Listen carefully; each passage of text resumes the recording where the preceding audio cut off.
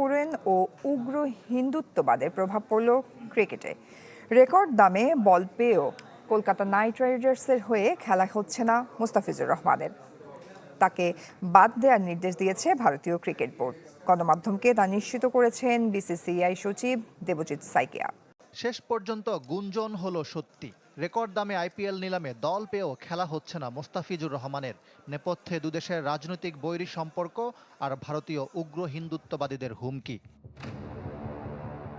গেল ১৬ই December IPL mini নিলামে ফিচকে ৯ কোটি ২০ লাখ রুপিতে দলে ভেড়ায় সাবেক চ্যাম্পিয়ন কলকাতা নাইট রাইডার্স। কিন্তু এখন ভারতীয় ক্রিকেট বোর্ড কেকেআরকে নির্দেশ দিয়েছে মুস্তাফিজকে বাদ দিতে।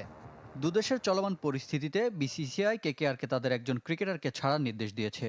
বাংলাদেশি মুস্তাফিজুর রহমানের বদলি হিসেবে অন্য কাউকে দলে নিতে চাইলে কেকেআরকে সে সুযোগ দেওয়া হবে। মুস্তাফিজ দল পাওয়ার পর থেকে বিদ্বেষ ছড়াচ্ছে ভারতীয়রা, যেখানে এগিয়ে ক্ষমতাসীন বিজেপি।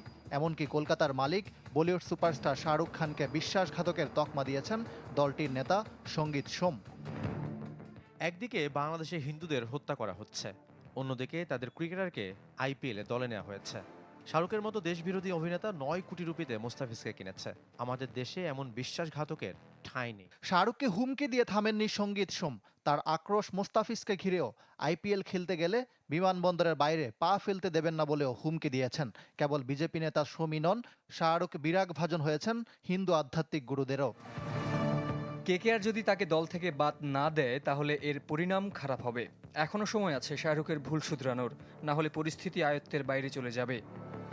এমন পরিস্থিতিতে ফেব্রুয়ারিতে ভারতে বিশ্বকাপ খেলতে যাওয়ার কথা বাংলাদেশের। কলকাতার ইডেন গার্ডেন্সে টাইগারদের ৩ ম্যাচ। বাংলাদেশের বিশ্বকাপ খেলা নিয়েও এখন তৈরি হচ্ছে এক ধরনের অনিশ্চয়তা। আলোচনাটা শুরু হয়েছিল একেবারে প্রথম দিন থেকে। আইপিএলে ৯ কোটি ২০ লাখ রুপিতে মুস্তাফিজুর রহমানকে দলে ভিড়িয়ে চমক দিয়েছিল কলকাতার নাইট রাইডার্স। কিন্তু ভারত বাংলাদেশ রাজনৈতিক টানাপোড়েনে সেটা কতটা সম্ভব হবে প্রশ্ন ছিল তখনই। কিন্তু ফ্র্যাঞ্চাইজি এবং বিসিসিআই এর পক্ষ থেকে ইতিবাচক মন্তব্যতে আশার আলো দেখেছিলেন সবাই। ক্রিকেটের সঙ্গে রাজনীতি মেলানো হবে না বলেও বিশ্বাস ছিল ক্রিকেট ফ্র্যাটার্নিটির। আর আইএল টি-20তে কাটার মাস্টারের দুর্দান্ত পারফরমেন্স এবং বিপিএল এ ধারাবাহিকতা ধরে রাখার পর কেকেআর এর পক্ষেও বিকল্প ভাবাটা ছিল কষ্টকর। তবে ভারতীয় কট্টর সমর্থকদের সেটা বোঝাবে কে? একের পর এক হুমকি আসতে থাকে চারদিক থেকে। মুস্তাফিজকে বাদ দেয়া না হলে হামলার হুমকি দেয়া হয় ফ্র্যাঞ্চাইজিকে। এমনকি মাঠে হট্টগোল করা হবে বলেও হুঁশিয়ারি আসে বেশ কিছু উগ্রবাদী সংগঠন থেকে।